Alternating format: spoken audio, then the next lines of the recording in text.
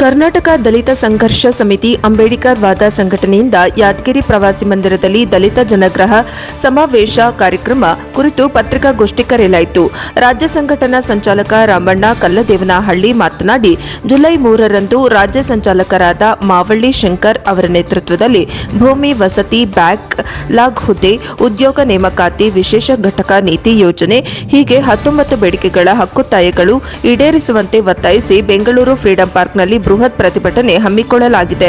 ಈ ಕಾರ್ಯಕ್ರಮಕ್ಕೆ ಯಾದಗಿರಿ ಜಿಲ್ಲೆಯಿಂದ 2,000 ಜನ ಭಾಗವಹಿಸಲಿದ್ದಾರೆ.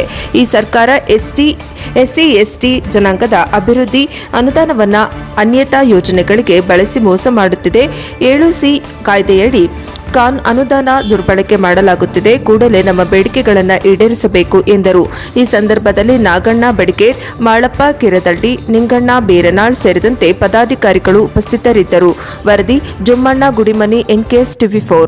ದಲಿತ ಸಂಘರ್ಷ ಸಮಿತಿ ಅಂಬೇಡ್ಕರ್ ವಾದ ರಾಜ್ಯ ಸಮಿತಿ ವತಿಯಿಂದ ದಲಿತ ಜನಹಕ್ಕರ ಸಮಾವೇಶ ದಿನಾಂಕ 3 ಜುಲೈ 2026ರಂದು ಫ್ರೀಡಂ ಪಾರ್ಕ್ನಲ್ಲಿ ನಮ್ಮ ರಾಜ್ಯ ಪ್ರಧಾನರಾದ ಮಾವಳ್ಳಿ ಶಂಕರ್ ಅವರ ನೇತೃತ್ವದಲ್ಲಿ ಒಂದು ಬೃಹತ್ ಜನಾಗ್ರಹ ಸಮಾವೇಶ ಹಮ್ಮಿಕೊಳ್ಳಲಾಗಿದ್ದು, ಈ ಒಂದು ಕಾರ್ಯಕ್ರಮದಲ್ಲಿ ಭೂಮಿ, ವಸತಿ, ಬ್ಯಾಕ್ಲಾಗ್ ಉದ್ಯೋಗ ನೇಮಕಾತಿ, ವಿಶೇಷ ಘಟಕ ಯೋಜನೆ, ಗವಾಕ್ಷಿ ನೀತಿಗಾಗಿ ಹಕ್ಕೊತ್ತಾಯಕ್ಕಾಗಿ ಈ ಒಂದು ಕಾರ್ಯಕ್ರಮವನ್ನು ಮಾಡ್ತಿದ್ದೀವಿ.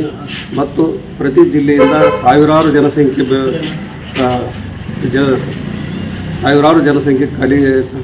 ಯಾದಗಿರಿಯಿಂದ ಸುಮಾರು 1,000 ಜನಸಂಖ್ಯೆ ಈ ಒಂದು ಕಾರ್ಯಕ್ರಮದಲ್ಲಿ ಪಾಲ್ಗೊಳ್ತೀವಿ.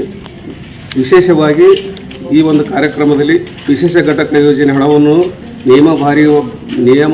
ಬಾಹಿರವಾಗಿ ಬಳಕೆಯಾಗುತ್ತಿದ್ದು, ಅದನ್ನು ತಡೆಗಟ್ಟಲು ಈ ಒಂದು ಕಾರ್ಯಕ್ರಮದ ಮೂಲಕ ನಾವು ಆಗ್ರಹಿಸ್ತೀವಿ. ಮತ್ತು